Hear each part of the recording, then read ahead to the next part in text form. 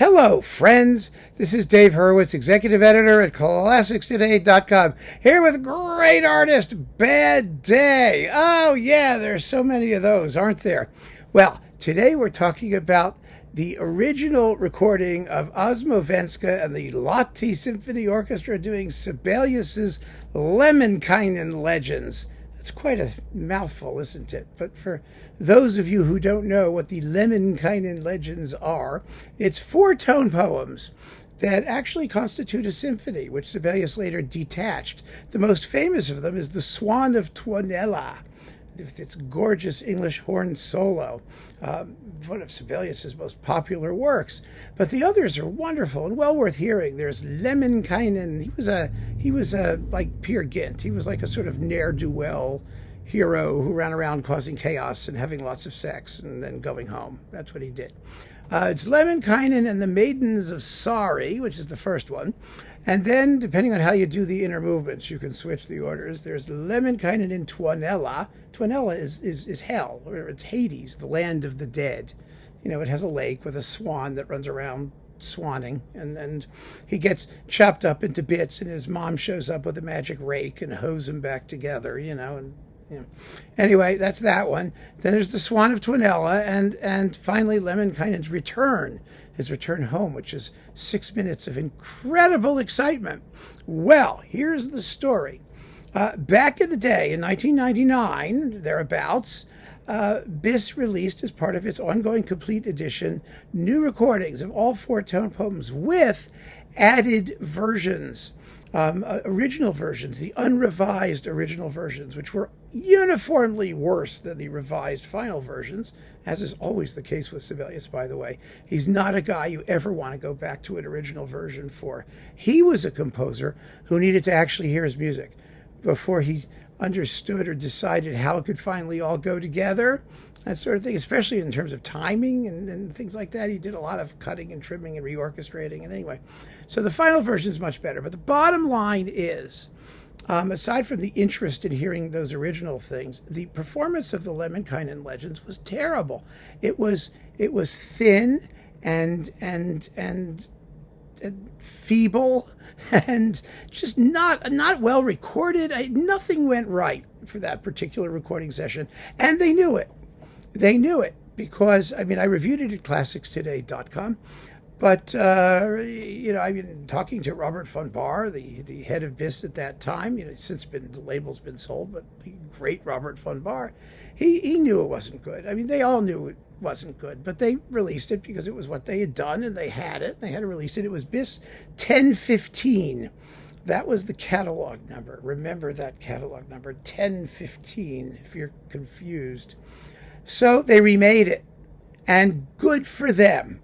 That was quality and smartness. They redid it, and it was beautiful, except for the Lemminkäinen's Return. That one was still not quite as great as it could have been, but it was at least up to tempo, and it was exciting, and the other performances are gorgeous, and it's absolutely beautiful. And they coupled it with the tone poem, The Wood Nymph, which originally showed up alongside, I think, the original version of the Fifth Symphony.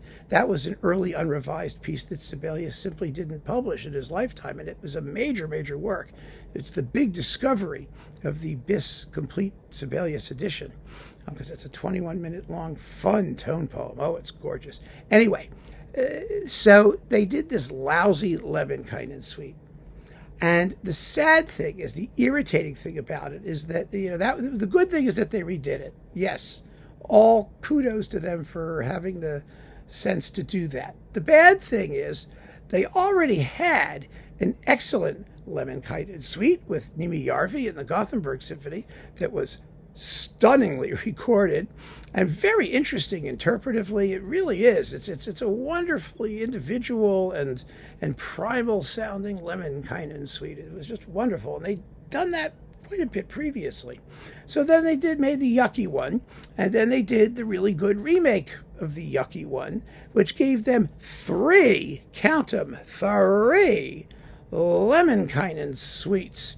Now, there are a lot of those floating around now. There really are. It's been recorded now in its totality like a bazillion times. especially by the independent Scandinavian labels. I mean, Ondine's got a few of them, and so they have these three of them, and then they issued the complete Sibelius Edition, and this is the box with the tone poems. And which version do you think they stuffed in the box? Yes, the crappy one. And that, for me, was inexcusable, because they had, even at this time, if this was before they actually did the remake, and it was, I believe, they had the Nimi Järvi one, which was terrific. So there was no reason for them to put in the junky one here and stick it in and thereby create a blemish on the rump of their complete Sibelius Edition, which is now permanently blemishized. I mean, why? Why do that when they knew it wasn't good? That's a mystery. It really is. And I don't understand it. I didn't understand it then. I don't understand it now. BIS has a very admirable habit of not deleting anything. They kept everything in print, including BIS 1015, the crappy version of the Lemminkäinen legends. But there's an exception to every rule, or there should be. And if you do something that's subpar, it's subpar, just get rid of it.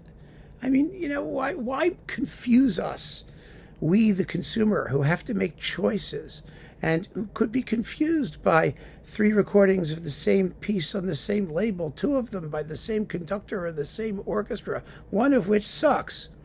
That made no sense, and it still doesn't. So I'm pointing it out to you now, in case you come across, because they're still out there, BIS 1015 Lemminkäinen Legends with original versions.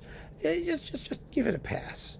Give it a pass and get, either if you want one on BIS, get the original Nimi Järvi one or the remake with the wood nymph, and you'll be in vastly better shape. You honestly will. Or you can get another one done by somebody else entirely. You've got lots and lots of choices. But yeah, this was one of those weird moments when there was just too much stuff happening and too many things available and nobody paying much attention, and mistakes happen. So keep on listening, friends. Thanks for joining me. Take care.